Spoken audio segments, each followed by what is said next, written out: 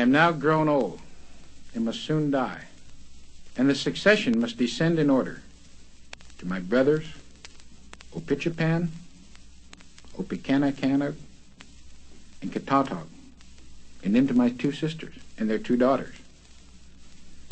I wish their experience was equal to mine, and that your love to us might not be less than ours to you. Why should you take by force that from us which you can have by love? Why should you destroy us who have provided you with food? What can you get by war? We can hide our provisions and fly into the woods, and then you must consequently famish by wrongdoing your friends. What is the cause of your jealousy? You see us unarmed and willing to supply your wants if you come in a friendly manner, not with swords and guns as to invade an enemy. I am not so simple as not to know that it is better to eat good meat, lie well, and sleep quietly with my women and children, to laugh and be merry with the English, and being their friend to have copper, hatchets, and whatever else I want, than to fly from all, to lie cold in the woods, feed upon acorns, roots, and such trash, and to be so hunted that I cannot rest, eat, or sleep. In such circumstances my men must watch, and if a twig should but break, all would cry out, "Here comes Captain Smith." And so in this miserable manner to end my miserable life. And Captain Smith, this might soon be your fate too, through your rashness and unadvisedness. I therefore exhort you to peaceable counsels, and above all I insist that the guns and swords, the cause of all our jealousy and uneasiness, be removed and sent away.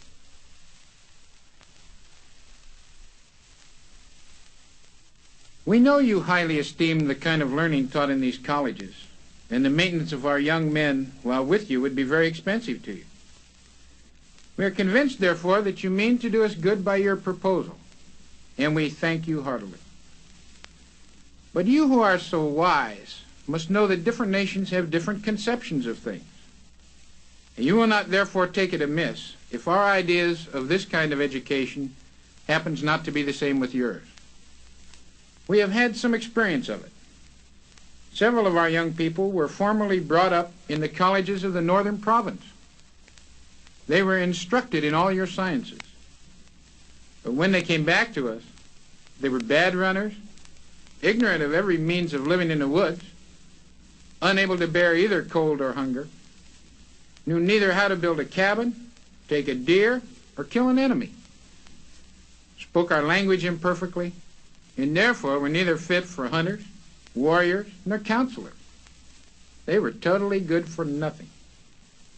We are, however, not the less obliged for your kind offer, though we decline accepting it. To show our grateful sense of it, if the gentlemen of Virginia shall send us a dozen of their sons, we will take great care in their education, instruct them in all we know, and make men of them.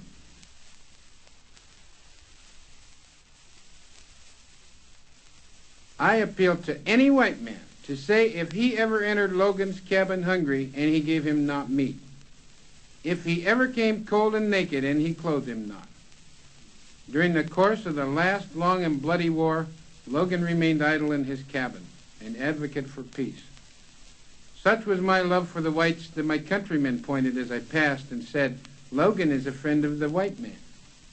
I had even thought to have lived with you, but for the injuries of one man, Colonel Cresap, the last spring in cold blood and unprovoked, murdered the relatives of Logan, not even sparing his wife and children. There runs not a drop of my blood in the veins of any living creature. This called on me for revenge. I have sought it. I have killed many. I have fully glutted my vengeance. For my country I rejoice in the beams of peace. But do not harbor a thought that mine is the joy of fear. Logan never felt fear. He will not turn on his heel to save his life. Who is there to mourn for Logan? Not one.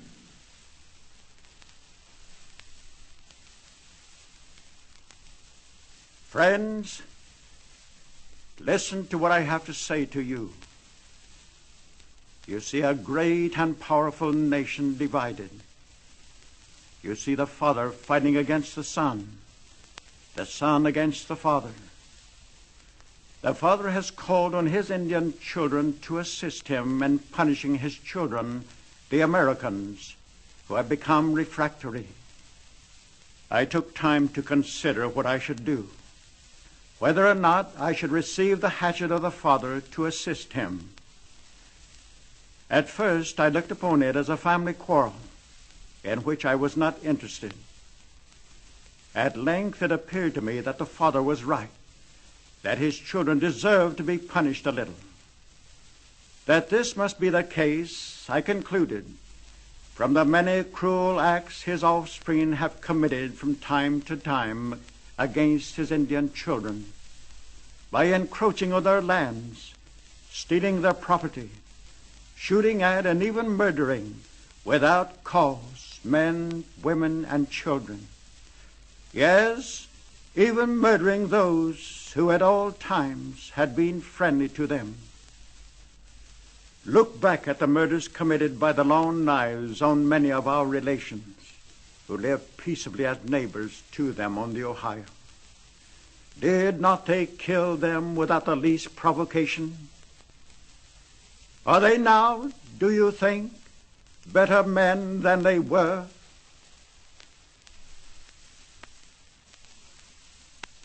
Englishmen, it is to you that I speak, and I demand your attention. Englishmen, you know that the French king is our father. He promised to be such, and we in return promised to be his children. This promise we have kept. Englishmen, it is you that have made war with our father. You are his enemy. And how then could you have the boldness to venture among us, his children? You know that his enemies are ours. Englishmen, although you conquered the French, you have not yet conquered us. We are not your slaves. These lakes, these mountains, and woods were left to us by our ancestors. They are our inheritance, and we will part with them to none. Your nation supposes that we, like the white people, cannot live without bread and pork and beer. But you ought to know that he, the great spirit and master of life, has provided food for us in these spacious lakes and on these woody mountains. As for you, we have taken into consideration that you have ventured your life among us in the expectation that we would not molest you. You do not come armed with the intention to make war. You come in peace to trade with us and supply us with the necessaries, of which we are much in want. We shall regard you, therefore, as a brother, and you sleep tranquilly, without fear of the Chippewas.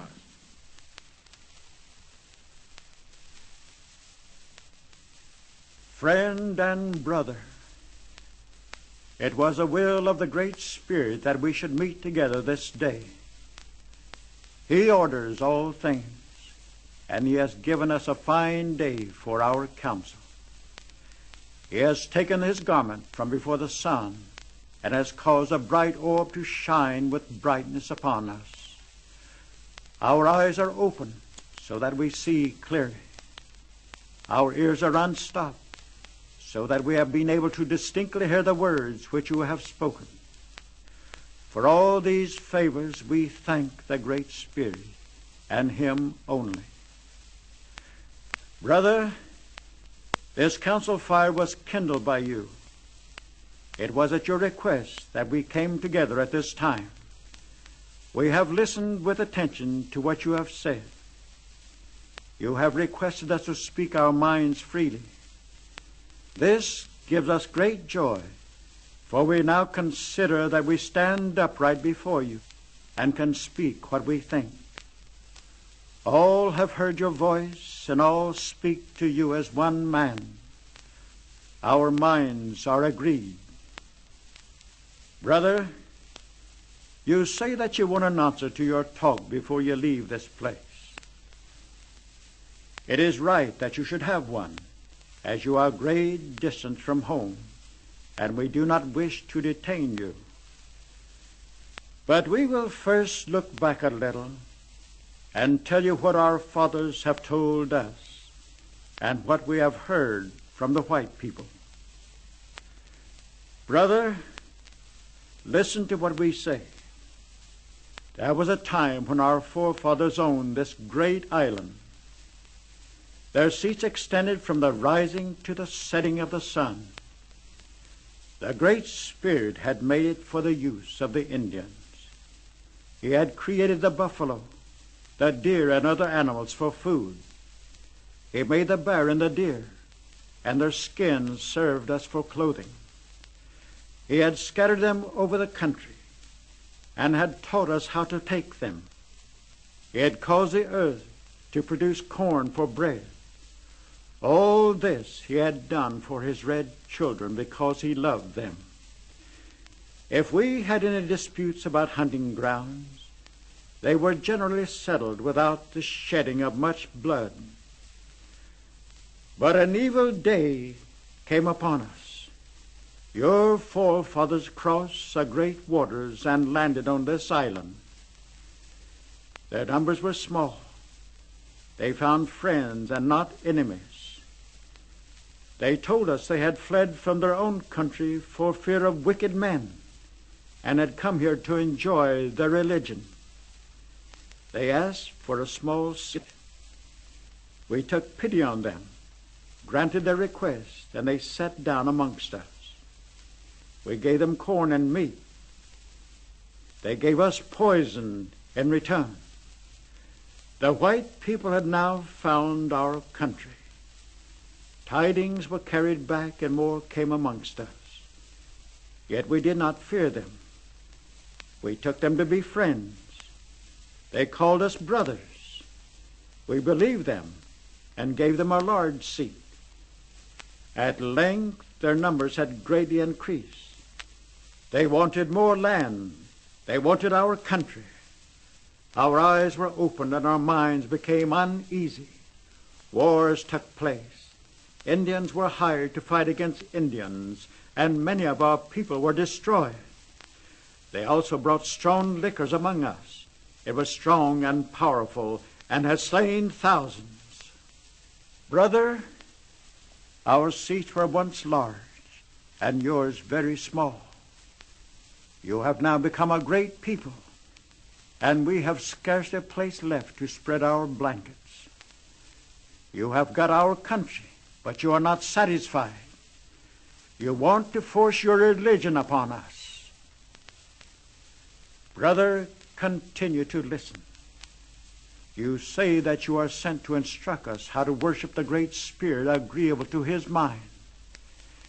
And if we do not take hold of the religion which you white people teach, we shall be unhappy hereafter. You say that you are right, and we are lost.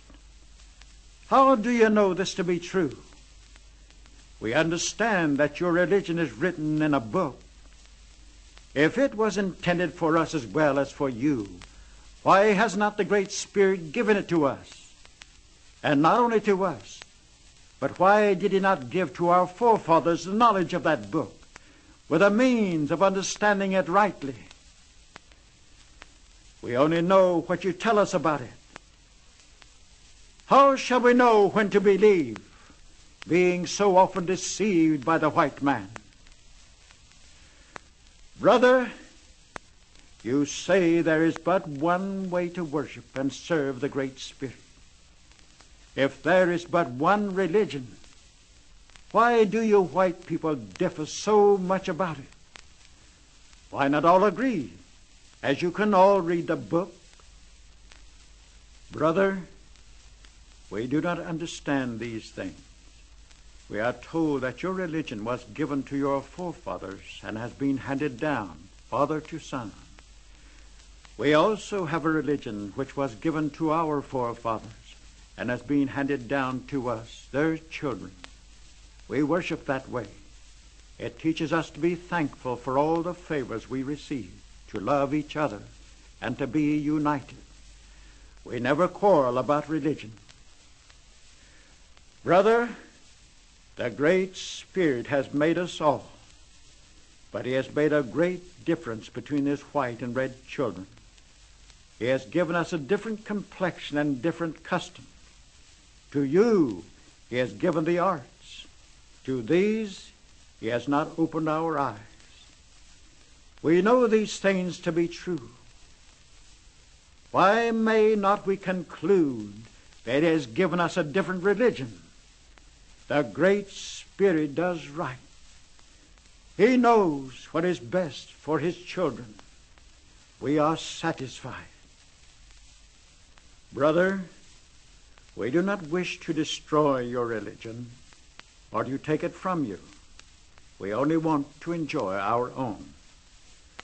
Brother, you say you have not come to get our land or our money, but to enlighten our minds. I will now tell you that I have been at your meetings and saw you collecting money from the meeting. I cannot tell what this money was intended for, but suppose it was for your minister. And if we should conform to your way of thinking, perhaps you may want some from us. Brother, we are told that you have been preaching to the white people in this place. These people are our neighbors. We are acquainted with them. We will wait a little while and see what effect your preaching has upon them. If we find it does them good and makes them honest and less disposed to cheat Indians, we will then consider again what you have said. Brother, you have now heard our answer to your talk, and this is all we have to say at present. As we are going to part, we will come and take you by the hand and hope the Great Spirit will protect you on your journey and return you safe to your friends.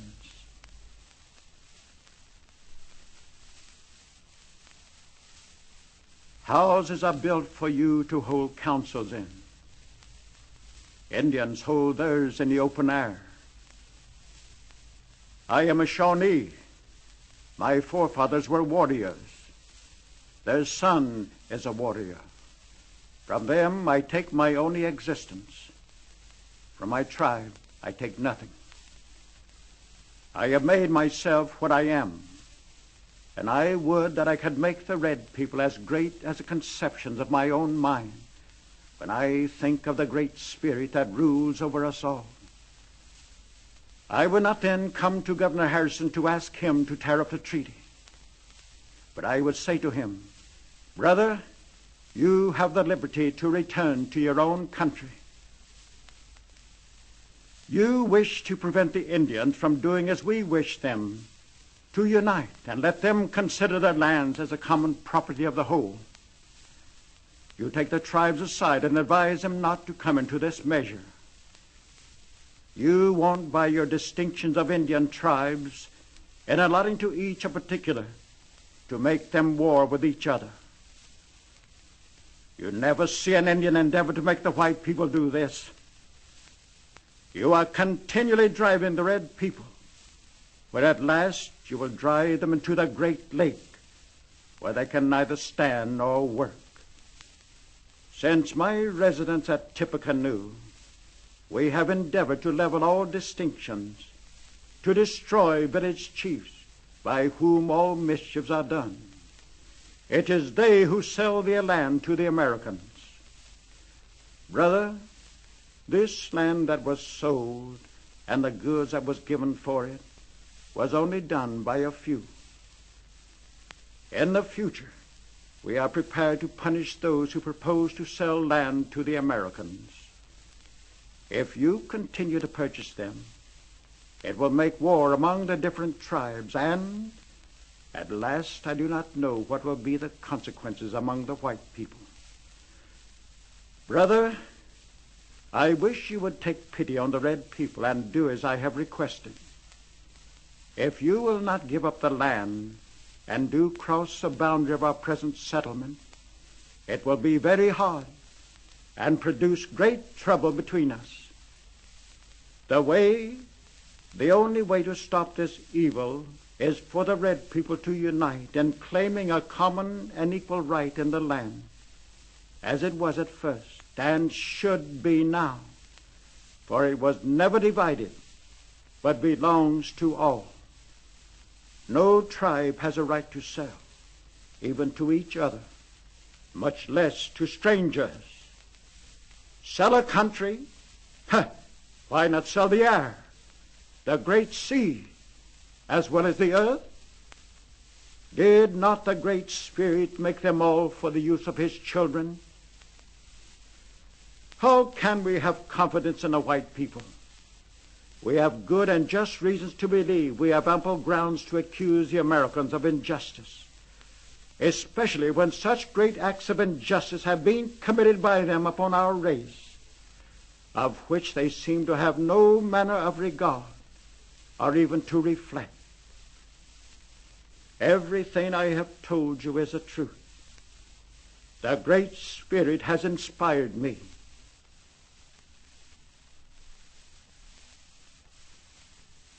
Halt! Tecumseh, listen to me.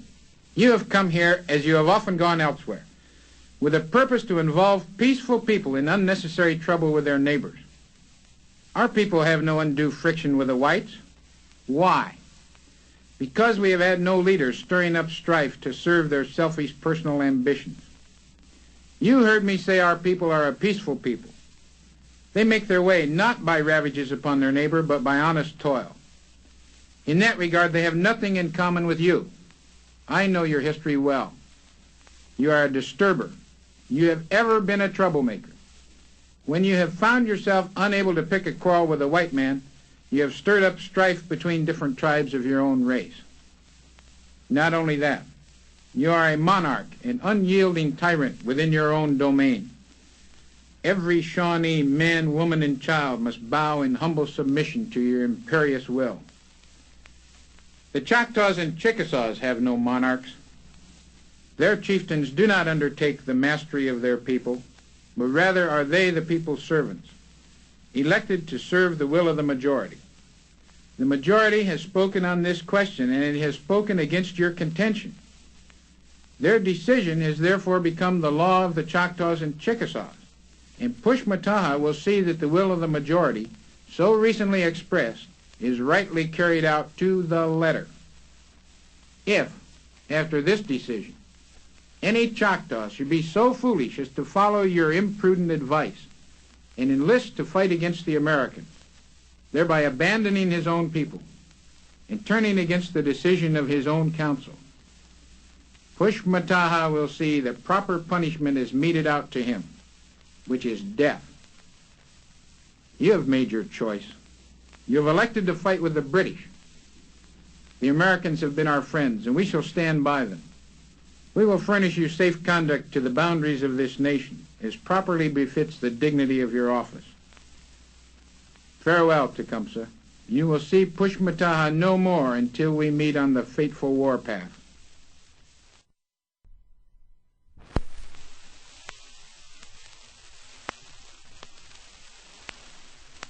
General Jackson, I am not afraid of you.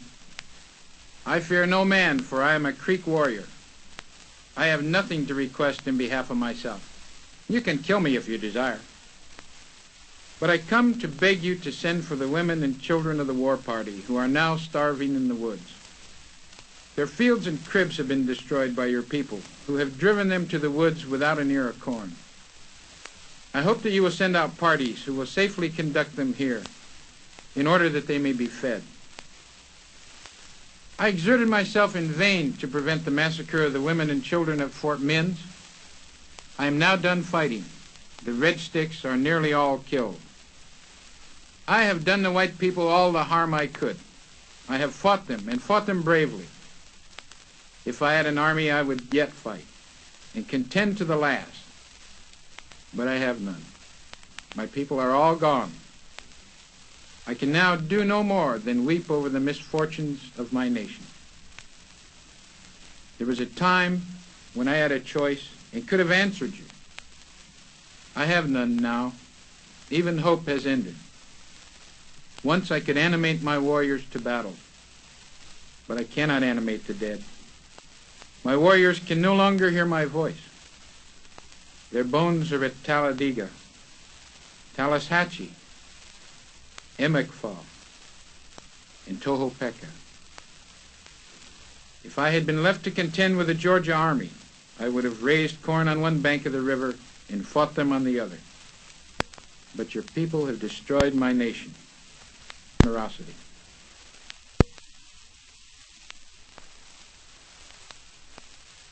My father, a long time has passed since first we came upon our lands, and our people have all sunk into their graves. They had sense. We are all young and foolish, and do not wish to do anything that they would not approve were they living. We are fearful we shall offend their spirits if we sell our lands, and we are fearful we shall offend you if we do not sell them. This has caused us great perplexity of thought, because we have counseled among ourselves, and do not know how we can part with our lands. My father, our country was given us by the Great Spirit, who gave it to us to hunt upon, to make our cornfields upon, to live upon, and to make our beds upon when we die. And he would never forgive us should we now bargain it away. When you first spoke to us for lands at St. Mary's, we said we had a little, and agreed to sell you a piece of it. But we told you we could spare you no more. Now you ask again. You are never satisfied. My father, we have sold you a great tract of land already, but it is not enough. We sold it to you for the benefit of your children, to farm and to live upon. We have now but little left. We shall want it all for ourselves. We know not how long we shall live, and we wish to leave some lands for our children to hunt upon. You are gradually taking away our hunting ground. Your children are driving us before them. We are growing uneasy. What land you have, you may retain forever, but we shall sell no more.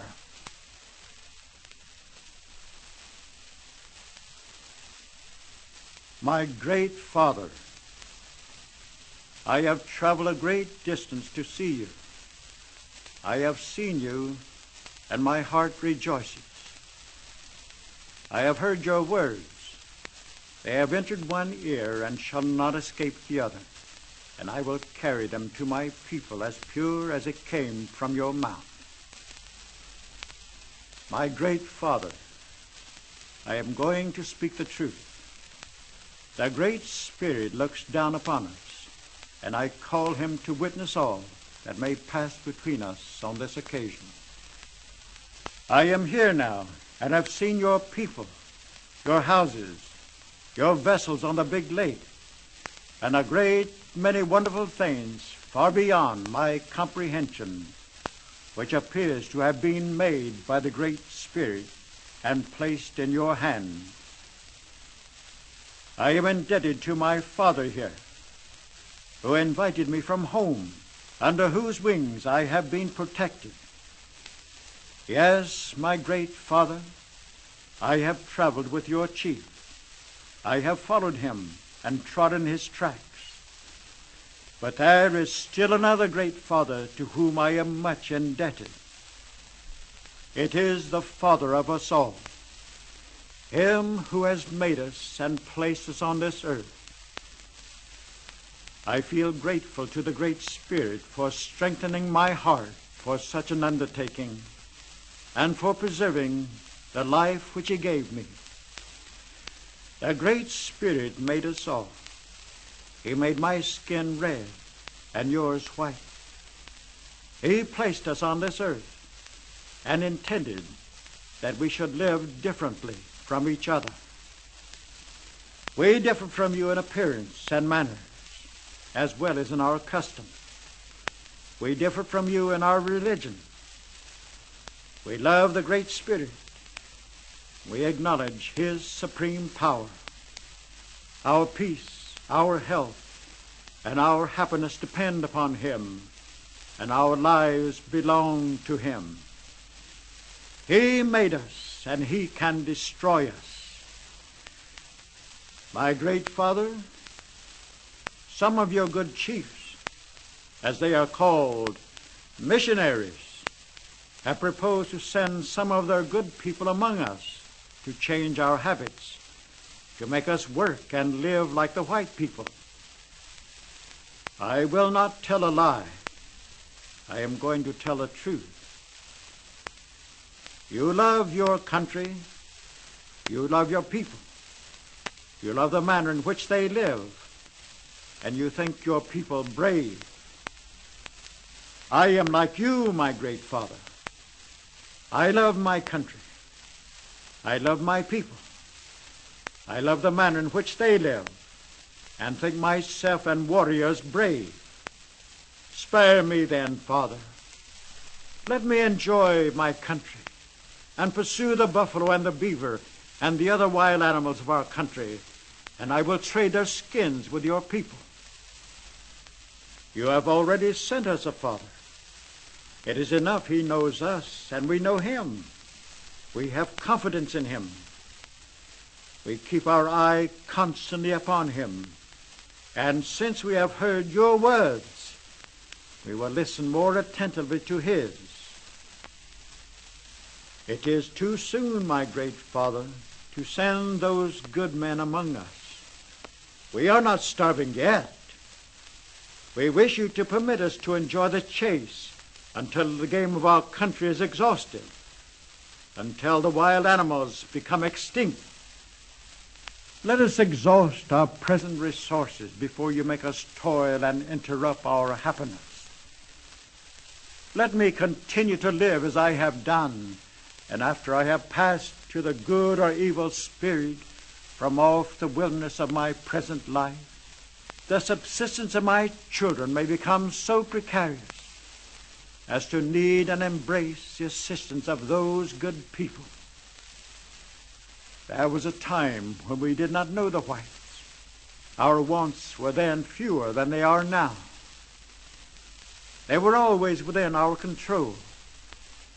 We had then seen nothing which we could not get.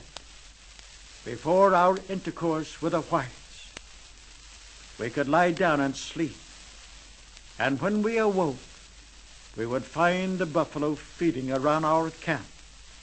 But now, we are killing them for their skins and feeding the wolves with their flesh to make our children cry over their bones. Here, my great father, is a pipe which I present you, as I am accustomed to present pipes to all the redskins in peace with us. It is filled with such tobacco as we were accustomed to smoke before we knew the white people. It is pleasant, and the spontaneous growth of the most remote parts of our country. I know the robes, leggings, moccasins, bear claws, and others are of little value to you, but we wish you to have them deposited and preserved in some conspicuous part of your lives, so that when we are gone and the sod turned over our bones, if our children should visit this place, as we do now, they may see and recognize with pleasure the deposits of their fathers and reflect on the times that are past.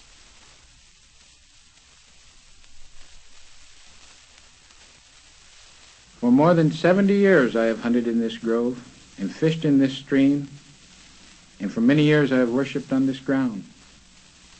Through these groves and over these prairies in pursuit of game our fathers roamed, and by them this land was left unto us as a heritage forever. No one is more attached to his home than myself. None among you is so grieved to leave it. But the time is at hand when the red men of the forest will have to leave the land of their nativity and find a home toward the setting sun.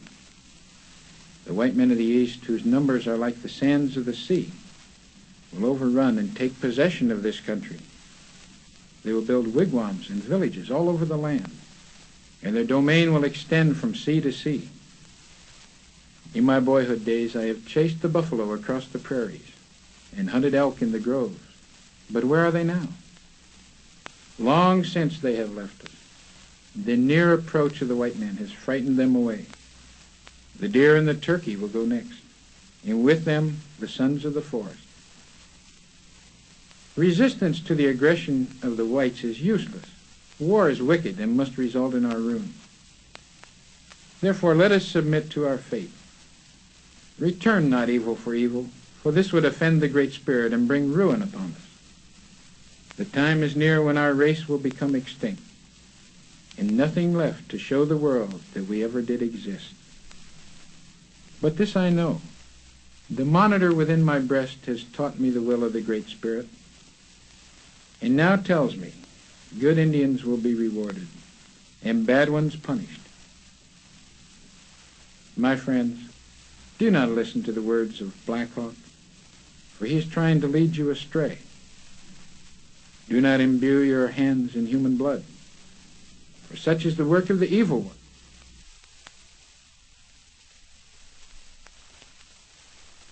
You have taken me prisoner with all my warriors. I am much grieved, for I expected if I did not defeat you to hold out much longer and give you more trouble before I surrendered. I tried hard to bring you into ambush, but your last general understood Indian fighting. I determined to rush upon you and fight you face to face. I fought hard, but your guns were well aimed. The bullets flew like birds in the air and whizzed by our ears like the wind through the trees in winter. My warriors fell around me, and it began to look dismal. I saw my evil day at hand. The sun rose dim on us in the morning, and at night it sank in a dark cloud and looked like a ball of fire. That was the last sun that shone on Black Hawk. His heart is dead. It no longer beats quick in his bosom. He is now a prisoner to the white men. They would do with him as they wish. But he can stand torture and is not afraid of death. He is no coward. Black Hawk is an Indian. He has done nothing for which any Indian ought to be ashamed. He has fought for his countrymen against the white men who came year after year to cheat them and take away their lands. The Indians are not deceitful. An Indian who is as bad as a white man could not live in our nation. He would be put to death and eaten by the wolves. As things were growing worse, we looked up to the Great Spirit. We were encouraged. We went to the Great Father, and his great council gave us fair words and big promises, but we obtained no satisfaction. There were no deer in the forest. The possum and the beaver fled. The springs were drying up, and our people were without food to keep them from starving. We called a great council and built a big fire. The spirit of our fathers rose and spoke to us to avenge our wrongs or die.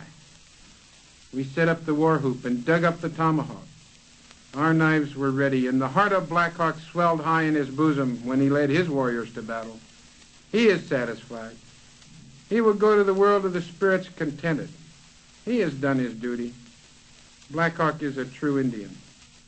He feels for his wife, his children, his friends, but he does not care for himself. He cares for the nation and his people. The white men do not scalp the head. They do worse. They poison the heart. It is not pure with them. His countrymen will not be scalped, but will in a few years be like the white men, so that you cannot trust them. Farewell, my nation. Black Hawk tried to save you and avenge your wrongs. He drank the blood of some of the whites. He has been taken prisoner, and his plans are stopped. He can do no more. He is near his end. His sun is setting, and he will rise no more. Farewell to Black Hawk.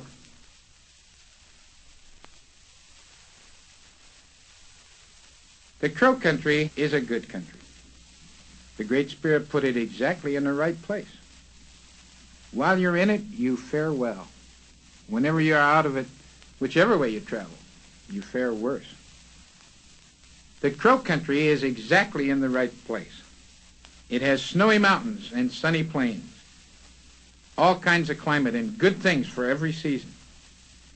When the summer heats scorch the prairie, you can draw up under the mountains, where the air is sweet and cool, the grass is fresh, and the bright streams come tumbling out of the snowbanks. There you can hunt the elk, the deer, and the antelope when their skins are fit for dressing. There you will find plenty of white bear and mountain sheep. In the autumn, when your horses are fat and strong from the mountain pastures, You can go into the plains and hunt the buffalo, or trap the beaver on the streams. And when winter comes on, you can take shelter in the woody bottoms along the rivers.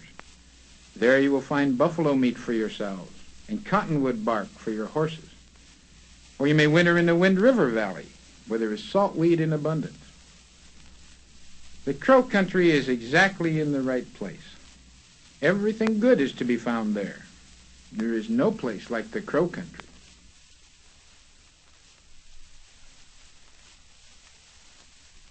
Brothers, the talk of our forefathers has been spoken, and you have listened to it.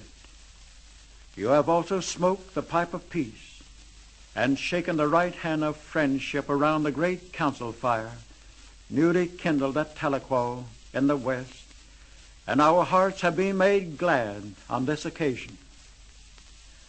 Brothers, when we look into the history of our race, we see some green spots that are pleasing to us. We also find many things to make the heart sad.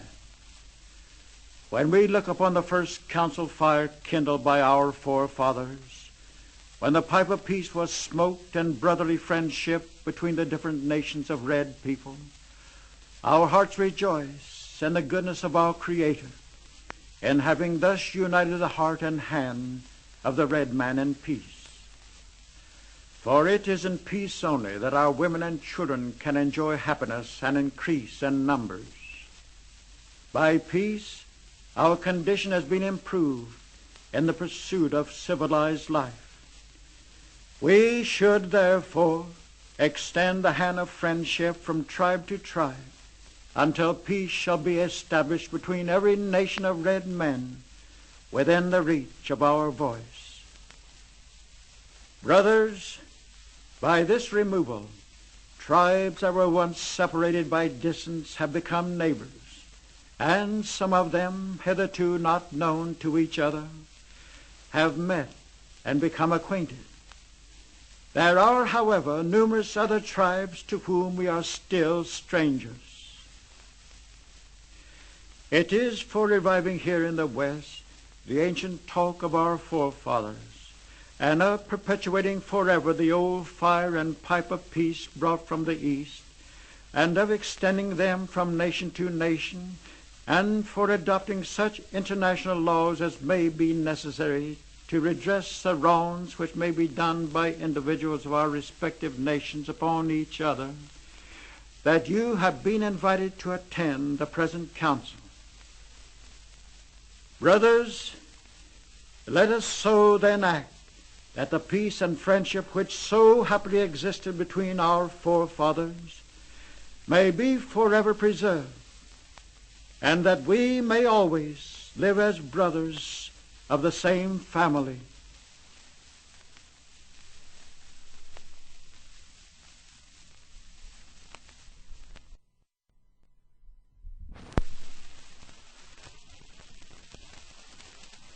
Yonder sky that has wept tears of compassion upon my people for centuries untold, and which to us appears changeless and eternal, may change. Today is fair. Tomorrow it may be overcast with clouds. My words are like the stars that never change. Whatever Seattle says, the great chief at Washington can rely upon with as much certainty as he can upon the return of the sun or the seasons. The big chief at Washington sends us greetings of friendship and goodwill. This is kind of him, for we know he has little need of our friendship in return. His people are many. They are like the grass that covers vast prairies. My people are few. They resemble the scattering trees of a storm-swept plain. I will not dwell on, nor mourn over our untimely decay, nor reproach my pale-faced brothers with hastening it, as we too may have been somewhat to blame. Your God is not our God. Your God loves your people and hates mine. Our God, the Great Spirit, seems also to have forsaken us. Your God makes your people strong every day. Soon they will fill all the land. Our people are ebbing away like a rapidly receding tide that will never return. The white man's God cannot love our people, or he would protect them. They seem to be orphans who can look nowhere for help. How then can we be brothers? We are two distinct races with separate origins and separate destinies. There is little in common between us. To us, the ashes of our ancestors are sacred, and their resting place is hallowed ground. You wander far from the graves of your ancestors, and seemingly without regret. Your religion was written upon tables of stone by the iron finger of your God, so that you could not forget. Our religion is a tradition of our ancestors, that dreams of our old men, given them in the solemn hours of night by the Great Spirit, and the visions of our sages, and is written in the hearts of our people. Day and night cannot dwell together. The red man has ever fled the approach of the white man, as a morning mist flees before the morning sun. However, your proposition seems fair, and I think that my people will accept it and will retire to the reservation you offer them. Then we will dwell in peace. It matters little where we pass the remnant of our days. They will not be many. The Indian's night promises to be dark. A few more moons, a few more winters, and not one of the descendants of the mighty hosts that once moved over this broad land or lived in happy homes protected by the Great Spirit will remain to mourn over the graves of a people once more powerful and hopeful than yours. But why should I mourn at the untimely fate of my people? Tribe follows tribe, and nation follows nation, like the waves of the sea. It is the order of nature, and regret is useless. Your time of decay may be distant, but it will surely come. For even the white man whose God walked and talked with him as friend with friend cannot be exempt from the common destiny. We may be brothers after all. We will see. Every part of the soil is sacred in the estimation of my people. Every hillside, every valley, every plain and grove has been hallowed by some sad or happy event in days long vanished. The very dust upon which you now stand responds more lovingly to their footsteps than to yours, because it is rich with the blood of our ancestors, and our bare feet are conscious of the sympathetic touch. Even the little children who lived here and rejoiced here for a brief season will love these somber solitudes, and at eventide they greet shadowy returning spirits. And when the lost red man shall have perished, and the memory of my tribe shall have become a myth among the white men, these shores will swarm with the invisible dead of my tribe. And when your children's children think themselves alone in the field, the store, the shop, upon the highway, or in the silence of the pathless woods, they will not be alone. At night, when the streets of your cities and villages are silent, and you think them deserted, they will throng with a returning host that once filled them and still love this beautiful land. The white man will never be alone. Let him be just and deal kindly with my people, for the dead are not powerless. Dead, did I say? There is no death. only a change of world.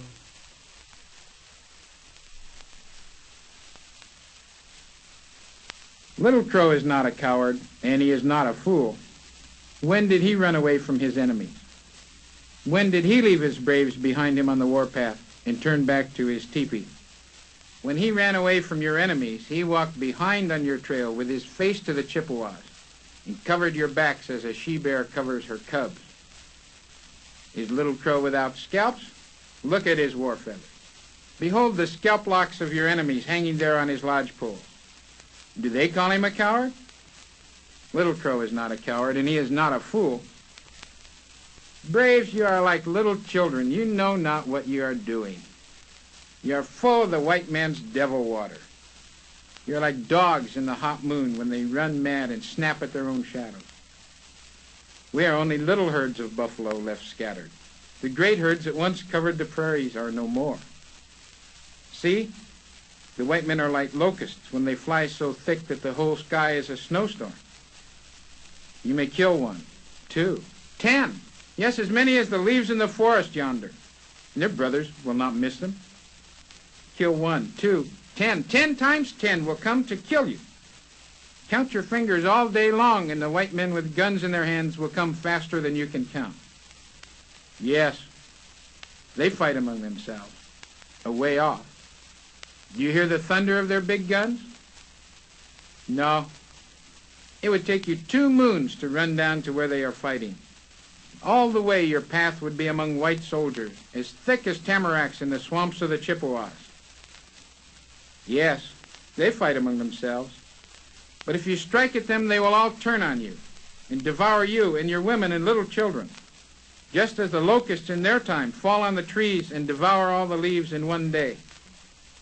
You are fools. You cannot see the face of your chief. Your eyes are full of smoke. You cannot hear his voice. Your ears are full of roaring waters. Braves, you are little children. You are fools. You would die like the rabbits when the hungry wolves hunt them in the hard moon. Little Crow is not a coward. He will die with you.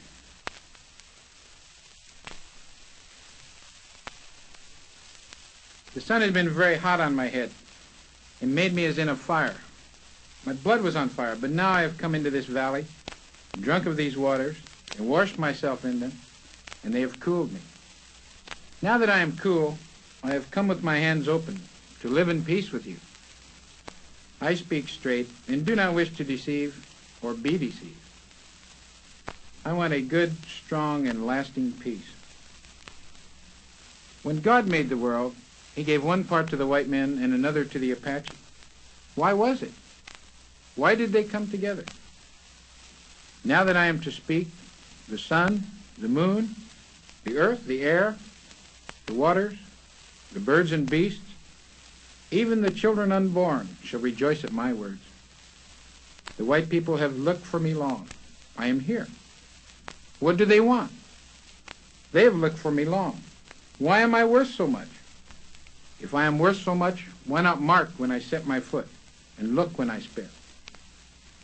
The coyotes go about at night to rob and kill. I cannot see them. I am not God. I am no longer chief of all the Apaches. I am no longer rich. I am but a poor man. The world was not always this way. God made us, not as you. We were born like the animals, in the dry grass, not on beds like you. This is why we do as the animals, go about of a night and rob and steal. If I had such things as you have, I would not do as I do, for I would not need to do so. There are Indians who go about killing and robbing. I do not command them. If I did, they would not do so. My warriors have been killed in Sonora. I came here because God told me to do so. He said it was good to be at peace, so I came. I was going around the world with the clouds in the air when God spoke to my thought and told me to come in here and be at peace with all. He said the world was for us all. How was it? When I was young, I walked all over this country, east and west, and saw no other people than the Apaches. After many summers, I walked again and found another race of people had come to take it. How is it? Why is it that the Apaches wait to die, that they carry their lives on their fingernails? They roam over the hills and plains and want the heavens to fall on them. The Apaches were once a great nation. They are now but few. And because of this, they want to die, and so carry their lives on their fingernails. Many have been killed in battle. You must speak straight, so that your words may go as sunlight to our hearts. Tell me, if the Virgin Mary has walked throughout all the land, why has she never entered the wigwam of the Apache? Why have we never seen or heard her? I have no father or mother. I am alone in the world. No one cares for Cochise. That is why I do not care to live, and wish the rocks to fall on me and cover me up. If I had a father and a mother like you, I would be with them and they with me. When I was going around the world, all were asking for Cochise. Now he is here. You see him and hear him. Are you glad? If so, say so. Speak, Americans and Mexicans. I do not wish to hide anything from you, nor have you hide anything from me. I will not lie to you. Do not lie to me. I want to live in these mountains. I do not want to go to Tularosa. That is a long ways off. The flies on those mountains eat out the eyes of the horses. The bad spirits live there. I have drunk of these waters, and they have cooled me. I do not want to leave here.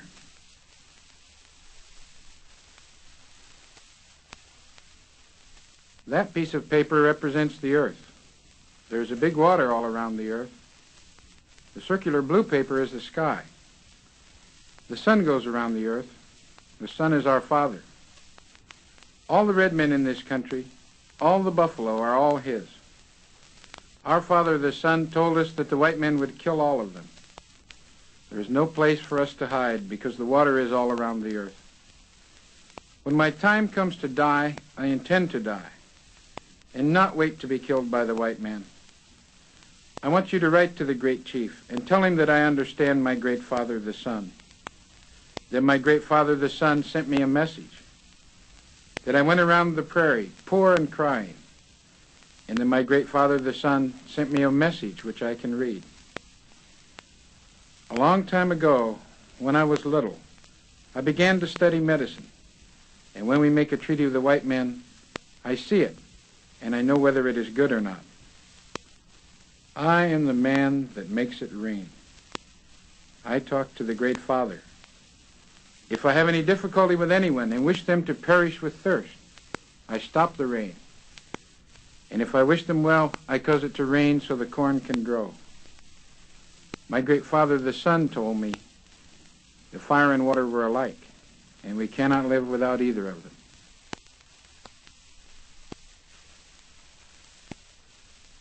My heart is filled with joy when I see you here, as the brooks fill with water when the snows melt in the spring. And I feel glad, as the ponies do, when the fresh grass starts in the beginning of the year. I heard of your coming when I was many sleeps away, and I made but few camps before I met you. I knew that you had come to do good to me and my people. I looked for the benefits which would last forever, and so my face shines with joy as I look upon you. My people have never first drawn a bow or fired a gun against the whites. There has been much trouble on the line between us, and my young men have danced the war dance, but it was not begun by us. It was you who sent out the first soldier, and it was we who sent out the second. 2 years ago, I came upon this road following the buffalo, that my wives and children might have their cheeks plump and their bodies warm. But the soldiers fired on us, and since that time there has been a noise like that of a thunderstorm, and we have not known which way to go. The Comanches are not weak and blind like the pups of a dog when 7 sleeps old. They are strong and far-sighted like grown horses. There are things which you have said to me which I do not like.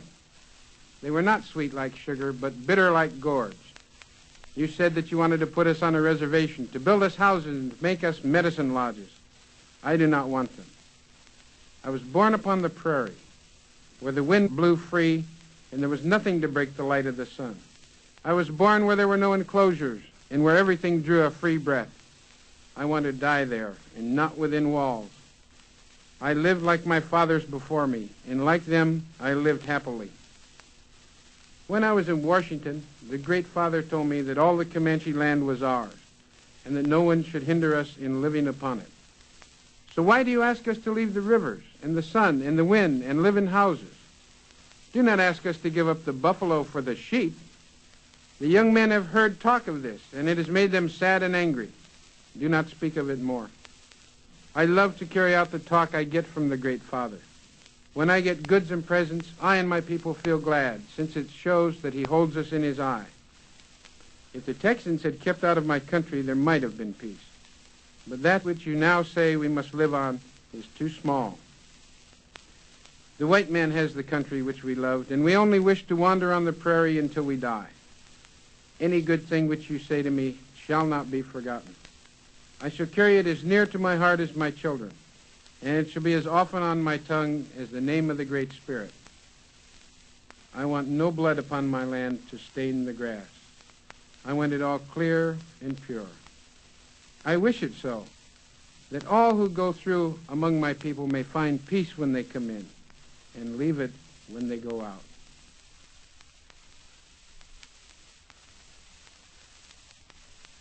You, the commissioners, have come from afar to listen to our grievances. My heart is glad, and I shall hide nothing from you. I understood that you were coming down to see us. I moved away from those disposed for war, and I also came along to see you. The Kiowas and Comanches have not been fighting. We were away down south when we heard you were coming to see us. The Cheyennes are those who have been fighting with you. They did it in broad daylight so that all could see them. If I had been fighting, I would have done it by day and not in the dark. 2 years ago, I made peace with Generals Harney, Sanborn, and Colonel Leavenworth at the mouth of the Little Arkansas. That peace I have never broken. Where the grass was growing in the spring, a large body of soldiers came along on the Santa Fe Road. I had not done anything, and therefore I was not afraid. All the chiefs of the Kiowas and Comanches and Arapahoes are here today. They have come to listen to good words. We have been waiting here a long time to see you and are getting tired. All the land south of the Arkansas belongs to the Kiowas and Comanches, and I don't want to give away any of it. I love the land and the buffalo, and will not part with it. I want you to understand well what I say. Write it on paper. Let the Great Father see it, and let me hear what he has to say. I want you to understand also that the Kiowas and Comanches don't want to fight, and have not been fighting since we made the treaty. I hear a great deal of good talk from the gentlemen whom the Great Father sends us, but they never do what they say. I don't want any of the medicine lodges within the country. I want the children raised as I was. When I make peace, it is a long and lasting one. There is no end to it. We thank you for your presence. All the headmen and braves are happy. They will do what you want them, for they know you are doing the best you can. I and they will do our best also. When I look upon you, I know you are all big chiefs. While you are in this country, we go to sleep happy and are not afraid. I have heard that you intend to settle us on a reservation near the mountains. I don't want to settle. I love to roam over the prairies. There I feel free and happy. And when we settle down, we grow pale and die. I have laid aside my lance, bow, and shield, and yet I feel safe in your presence. I have told you the truth. I have no little lies hid about me, but I don't know how it is with the commissioners. Are they as clear as I am? A long time ago, this land belonged to our fathers. But when I go up to the river, I see camps of soldiers on its banks. These soldiers cut down my timber. They kill my buffalo. And when I see that, my heart feels like bursting. I feel sorry. I have spoken.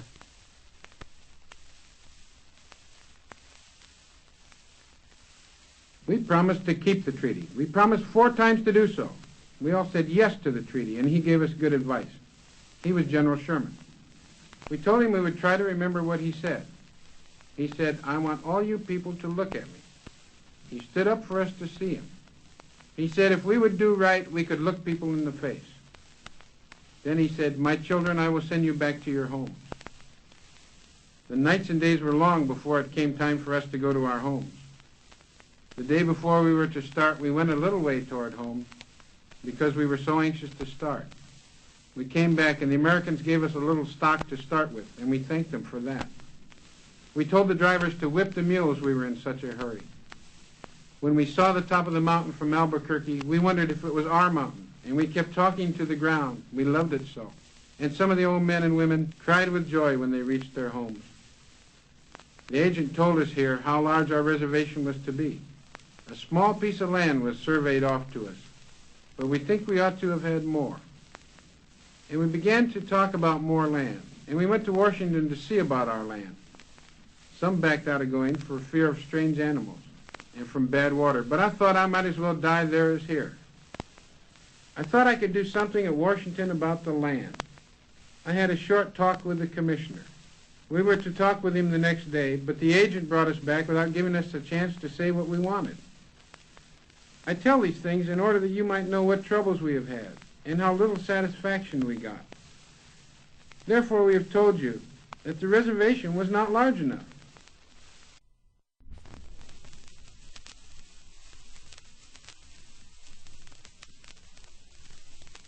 My brothers and my friends who are before me today, the Great Spirit made us all, and he is here to hear what I have to say to you.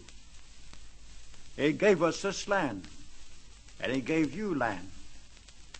When you first came here, we welcomed you as brothers.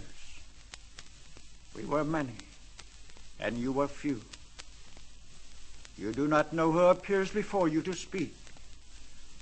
I am a representative of the original people on this continent. We are good and not bad. The reports which you get about us are all on one side. It is not truth. And now, after long years, we are being driven to a very little barren reserve. And we have no more land to give. At the mouth of Horse Creek in 1852, the great father from Washington made a treaty with us. We agreed to let him pass through our country unharmed for 55 years. We kept our word. We committed no murders, no depredations, until the Bluecoats came. Then trouble and disturbance arose. Since that time, many rations and goods have been sent to us, but only once have they reached us. And then in 1868, Ben brought papers from Washington. We could not read them, and they did not tell us what was in them. We thought the treaty was to remove the forts and that we should cease from fighting. But no, we were betrayed. We came to Washington to see the Great Father that peace might be kept. The Great Father wishes peace to be kept. We want to keep peace. When I reached Washington, the Great Father explained to me what the treaty was and showed me that the interpreters had deceived me. All I want is right and justice. I have tried to get from the Great Father what is right and just. I have not altogether succeeded. Will you help us? I want you to help me get what is right and just. I represent the whole Sioux nation, and they will be bound by what I say. Look at me. I am poor and naked, but I am the chief of the nation. You have children, and so have we. We want to rear our children well, and we ask you to help us. This is not an unreasonable request, even though it does come from a savage. I have sent many words to the Great Father, but they never reach him. And I was afraid the words I spoke lately to the Great Father would not reach you. So I came to speak to you myself. And now I am going away to my home. I want to have men sent out to my people whom they know and can trust. You belong in the east. I belong in the west. I am glad I have come here and that we understand one another. I am very much obliged to you for listening to me. I go home this afternoon. I hope you will think of what I have said to you. I bid you farewell.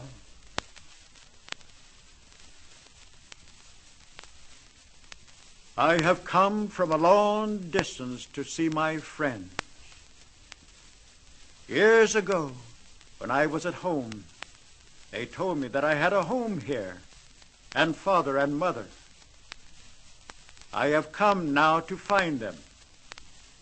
When at home in my camp, a letter came from the father at Washington, asking me to come and see him away in the States. I had been waiting for it for a long time, and when it came, I did not hesitate a moment, but came at once. I felt that the father at Washington would right the wrongs of myself and my people. In this letter, they told me I had many friends in this country who never saw the Indians and who would be glad to see them. I talked with the chiefs of the other tribes, and we came here to see you tonight. Before leaving, I told my young people with the agency till I came home, when I hoped to bring them good news. I told them I would be gone 40 or 50 nights. They will expect me when that time is past. They think I will look like a white man when I come back, because I have been to see the white man in the big house. I am glad to see so many of my friends here tonight, so many gentlemen, chiefs, and ladies. I think the Great Spirit has something to do with bringing you all here tonight. Long ago, the Arapahoes had a fine country of their own. The white men came to see them, and the Indians gave him buffalo meat and a horse to ride on, and they told him the country was big enough for the white men and the Arapahoes too. After a while, the white men found gold in our country. They took the gold and pushed the Indian from his home. I thought Washington would make it all right. I am an old man now. I have been waiting many years for Washington to give us our rights. The government sent agents and soldiers out there to us, and both have driven us from our lands. We do not want to fight. The white man has taken away everything. I want to tell you of this because I believe if you know it, you will correct the evil. I think the Great Spirit is looking at all that is said here. And for that reason, I am talking the truth. I want my people to live like white people and have the same chance. I hope the Great Spirit will put a good heart into the white people, that they may give us our rights. When I saw the old man, Peter Cooper, who invited us to come here tonight, my heart opened to him. I have thanked the Great Spirit many times that I have been permitted to be here. I want to tell you all that is in my heart. And if I do not, it will be because I hide it. We want to travel the same road as a white man. We want to have his rifle, his powder, and his ball to hunt with. My people are waiting on the hills to greet me when I return, and I want to give them a good report.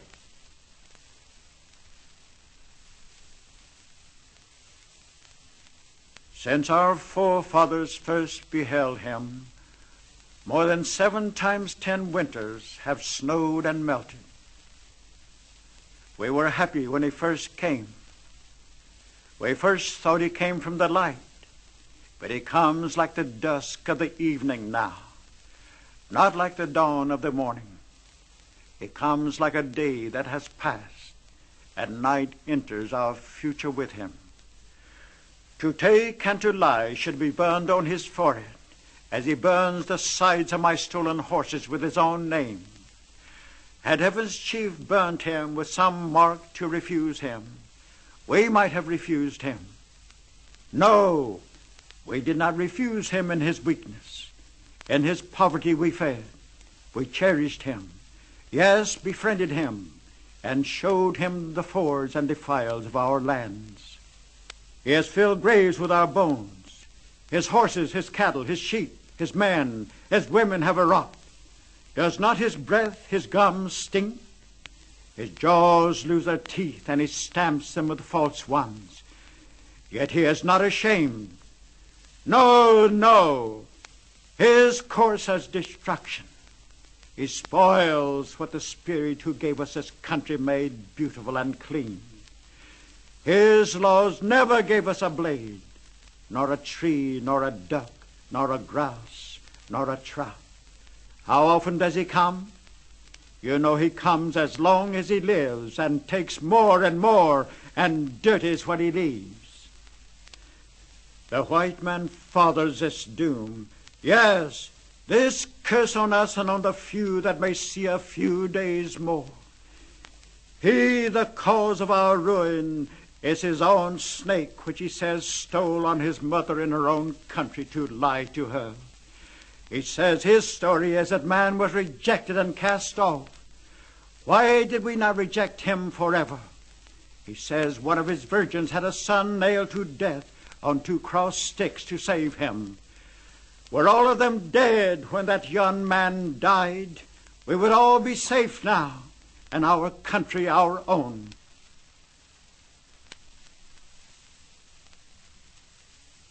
Tell General Howard I know his heart. What he told me before, I have in my heart. I am tired of fighting. Our chiefs are killed. Looking Glass is dead. Tehuhuzut is dead. The old men are all dead. It is the young men who say yes and no. He who led on the young men is dead. It is cold, and we have no blankets. The little children are freezing to death. My people, some of them, have run away to the hills and have no blankets, no food. No one knows where they are, perhaps freezing to death. I want to have time to look for my children and see how many I can find. Maybe I shall find them among the dead. Hear me, my chiefs. I am tired. My heart is sick and sad. From where the sun now stands, I will fight no more forever.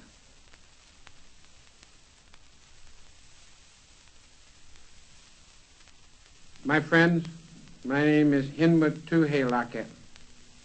I've been asked to show you my heart. I'm glad to have a chance to do so now. I want the white man to understand my people.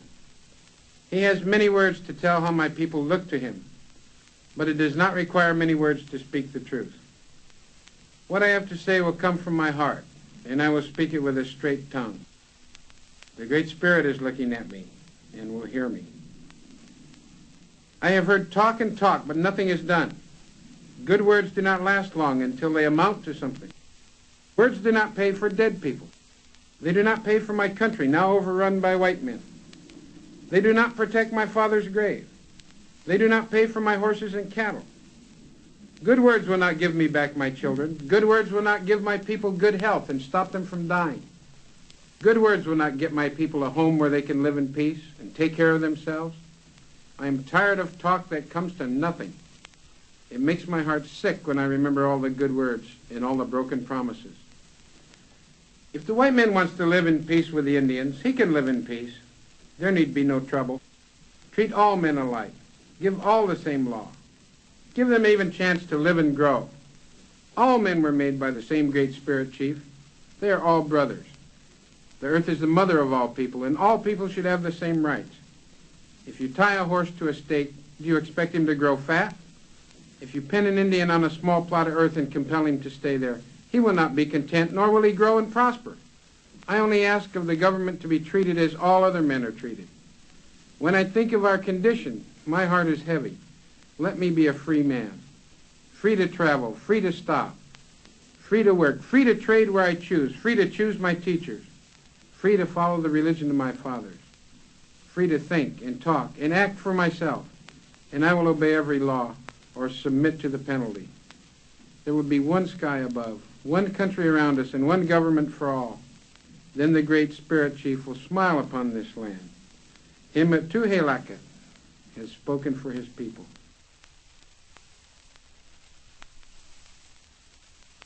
I want to talk first about the causes which led me to leave the reservation.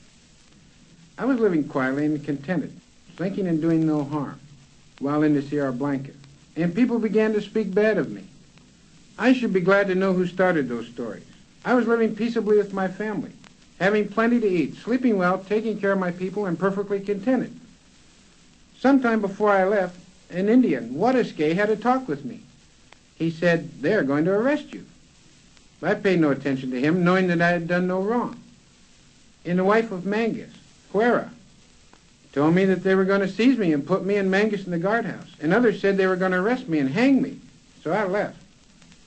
I would like to know now who it was that gave the order to arrest me and hang me.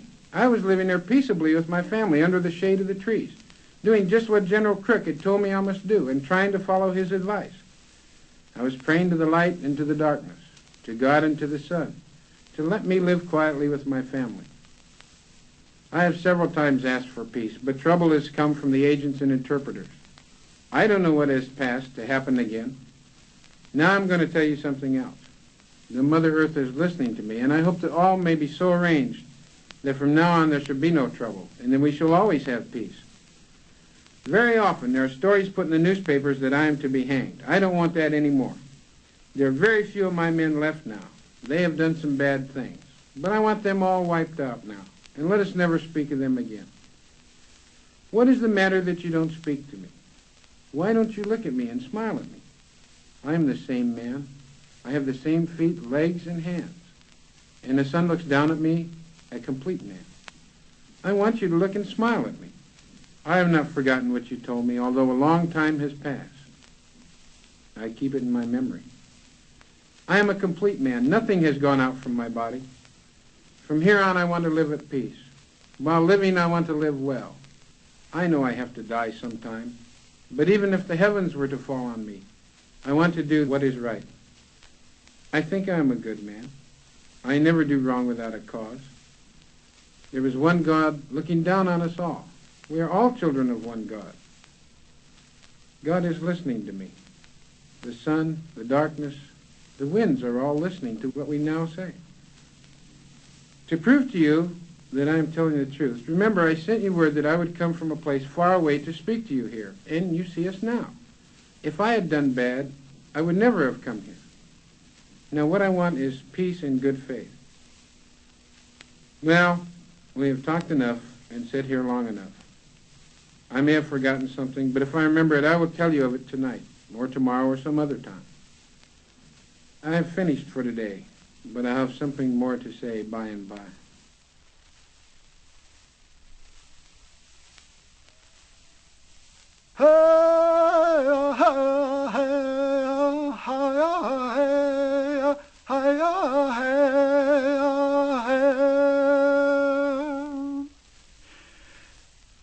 Grandfather, Great Spirit, once more behold me on earth, and lean to hear my feeble voice. You lived first, and you are older than all need, older than all prayer. All things belong to you, the two-legged, the four-legged, the wings of the air, and all green things that live.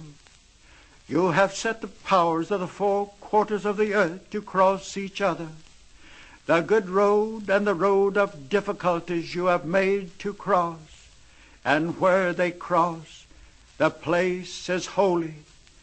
Day in, day out, forevermore, you are the life of things.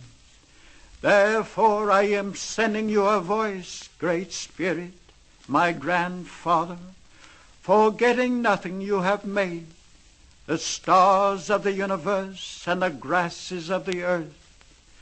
You have said to me when I was still young and could hope, that in difficulty I could send a voice 4 times, once for each quarter of the earth, and you would hear me.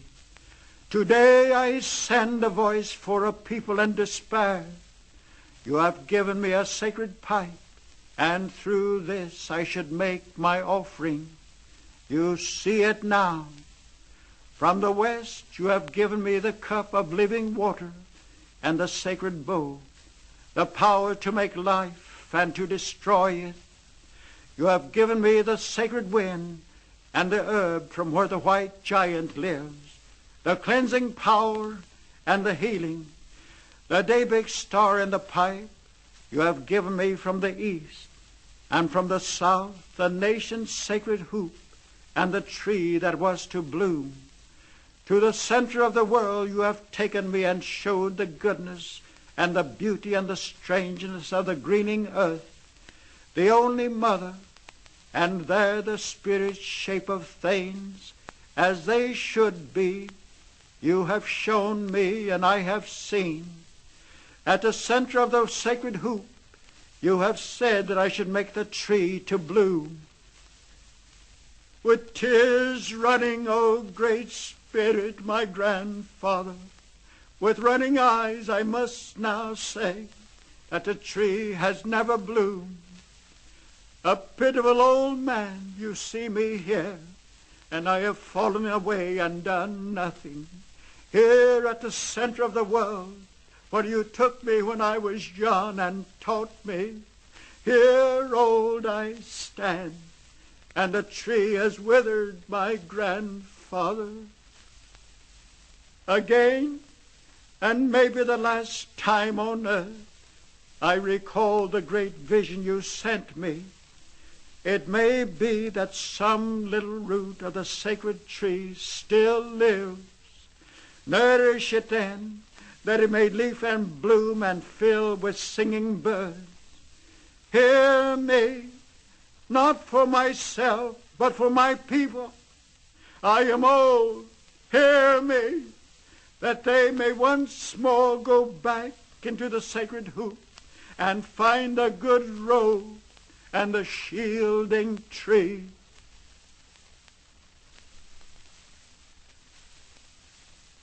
The white man does not understand America.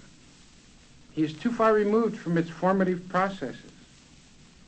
The roots of the tree of his life have not yet grasped the rock and the soil. The white man is still troubled by primitive fears. He still has in his consciousness the perils of this frontier continent, some of its fastnesses not yet having yielded to his questing footsteps and inquiring eyes.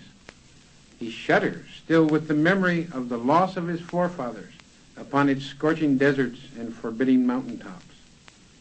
The man from Europe is still a foreigner and an alien, and he still hates the man who questioned his path across the continent. But in the Indian, the spirit of the land is still vested. It will be until other men are able to divine and meet its rhythm. Men must be born and reborn to belong. Their bodies must be formed from the dust of their forefathers' bones.